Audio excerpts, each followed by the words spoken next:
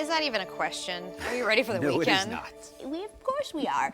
Because the host with the most is set to shine on the stage right here in Las Vegas this weekend. Yeah, he's one of the biggest variety talent shows on TV. Well, he's hosted a few of them, such as America's Got Talent. He's my favorite host, and we're talking about the one and only Howie Mandel. How do you not know him? but he's here for one night only for a show at the Westgate Las Vegas Resort and Casino inside the International Theater. Yeah, August 31st. I think that's tomorrow night. Yes, Yeah. Howie Mandel doing what Yes. he loves best. Confirmed. Stand-up comedy on stage there at the Westgate tomorrow night. That's not just my opinion. That's what he actually told me when I asked him about his true passion of stand-up comedy. So take a listen. There is absolutely no preparation.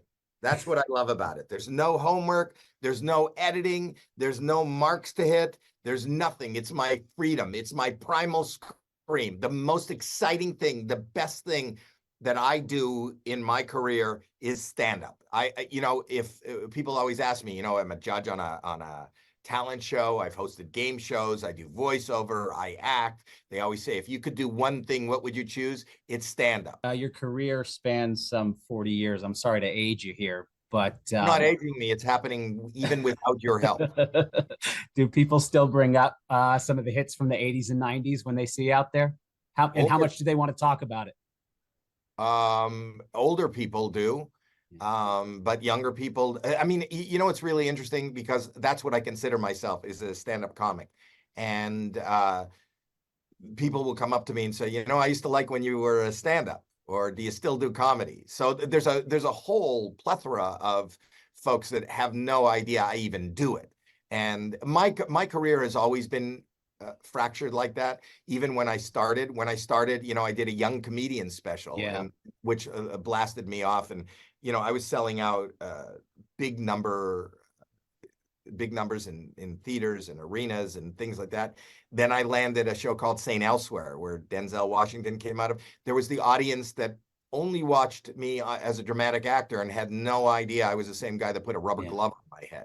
And then I did Saturday morning, I did, Bobby's World. And there was young mothers and their kids who watched Bobby's World that didn't know I was the same guy that was on St. Elsewhere, and the same guy. And then the Deal or No Deal audience didn't know. So I've always had this fractured audience.